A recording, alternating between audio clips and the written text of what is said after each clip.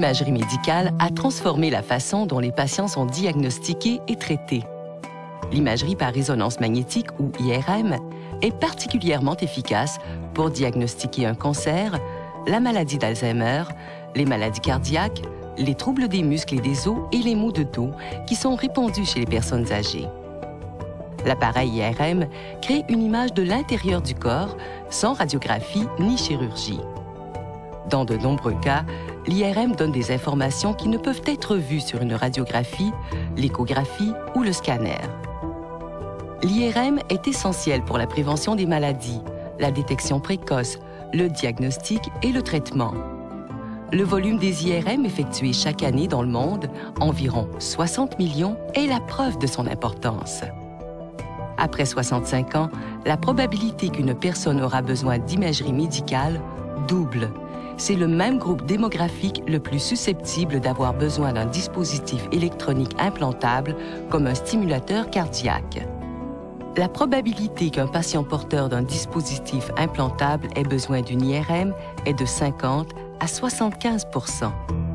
C'est le cas pour Mme Claire Lambert, dont les troubles cardiaques nécessitent qu'un pacemaker soit implanté dans sa poitrine.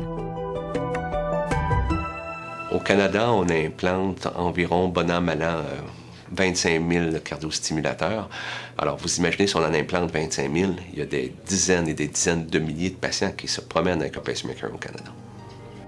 Les effets négatifs potentiels sur les stimulateurs cardiaques ont conduit l'industrie médicale à recommander que les porteurs de ces dispositifs renoncent à l'IRM comme outil d'imagerie diagnostique. Un patient qui est porteur d'un cardiostimulateur, qu'on appelle un pacemaker, jusqu'à maintenant ne peut pas aller dans l'appareil de résonance magnétique.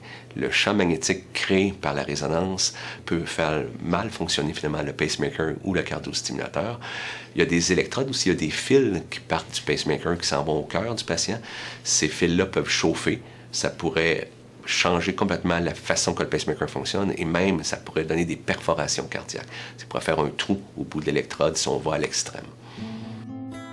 Toutefois, une étude publiée récemment montre que la procédure d'IRM est demandée par un médecin pour 17 % des porteurs de pacemaker dans les 12 mois suivant l'implant de l'appareil. C'est le cas pour Mme Lambert, qui a développé une tumeur au cerveau. Chez certains patients, on n'a pas le choix. On a besoin de cette imagerie-là, de cette image-là. Donc, on avise le patient, on avise le médecin traitant qu'il y a un risque de le faire, mais on le fait dans certaines circonstances, mais il faut toujours peser à ce moment-là le bénéfice versus le risque pour le patient. Jusqu'à tout récemment, il n'y avait aucun cardiostimulateur sur le marché qui nous permettait avec sécurité de pouvoir passer l'imagerie dont on parle, la résonance magnétique. Récemment, il y a un cardiostimulateur qui vient d'être accepté, l'Advisa MRI de la compagnie Medtronic.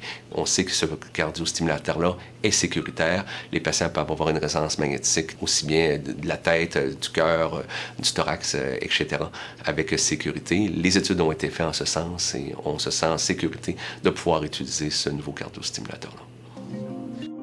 Medtronic a passé les 9 dernières années à faire de la recherche sur l'IRM et les dangers et risques pour les patients porteurs de pacemaker. Leurs équipes d'ingénieurs ont redessiné les composants et les circuits du système de stimulation pour s'assurer que leur performance soit sûre et prévisible au cours d'un scan.